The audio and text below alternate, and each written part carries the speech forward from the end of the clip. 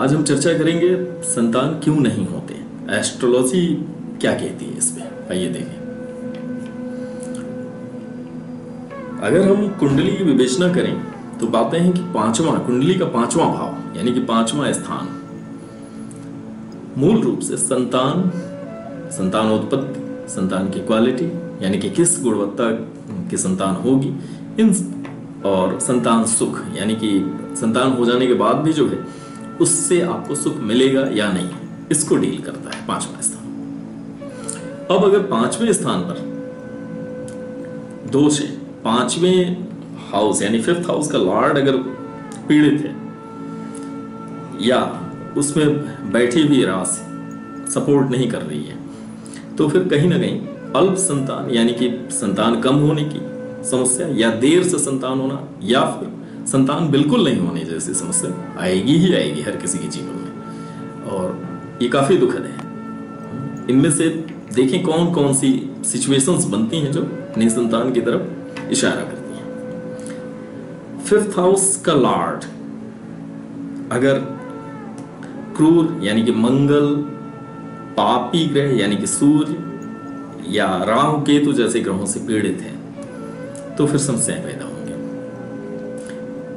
इसके अलावा यही योग और भी प्रबल हो जाता है और भी मजबूत निसंतान योग की तरफ इशारा करता है, जबकि इन्हीं क्रूर पापी ग्रहों पर दूसरे इनके शत्रुओं की दृष्टि भी पड़ रही हो या इसके साथ युति संबंध यानी कि साथ में बैठे हुए हों। युति का अर्थ होता है ज्योतिष में साथ बैठना। कोई ग्रह या दृष्टि संबंध को हर ग्रह पूर्ण दृष्टियों से देखते हैं, साथ में अपने सामने, या कुछ ग्रहों अलग अलग सिस्टम से देखते हैं, जैसे कि मंगल 4, 7, 8 देखता है, शनि 3, 7, 10 देखता है। तो इस तरह से अगर ग्रहों की दृष्टियां होंगी तो संतान होने की संभावना खत्म होती चली जाती है। बृहस्पति जो कि एक बहुत ही शुभ ग्रह है, इसके बावजूद अगर वो पंचम स्थान पर बैठा है तो उसकी एक खास क्वालिटी है कि वो स्थान हानि करता है। पांचवें स्थान पर बैठ के वो संतान होकर भी जो है संतान खत्म कर देता है, यानी कि अगर प्रेगनेंसी है तो गर्भपात की संभावना बढ़ाएगा, उससे आगे किसी कोई ग्रह सपोर्ट कर रहा है और बॉर्न हो जाता है बच्चा, उसके बावजूद समस्या हो देता है, अल्प आयु वाले बच्चे पैदा होते हैं। तो ऐसे केस में भी निसंतान योग की तरफ इशारा करता है या अल्प संतान की तरफ ही डाल देता है।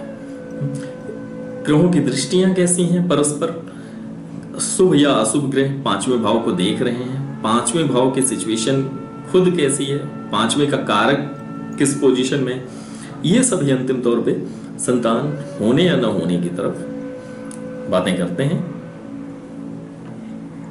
इस कड़ी में हमने निसंतान योगों की चर्चा की है, यानी कि प्रबलतम योग कब बनेंगे, लेकिन ज्योतिष का अर्थ सिर्फ इतना नहीं है।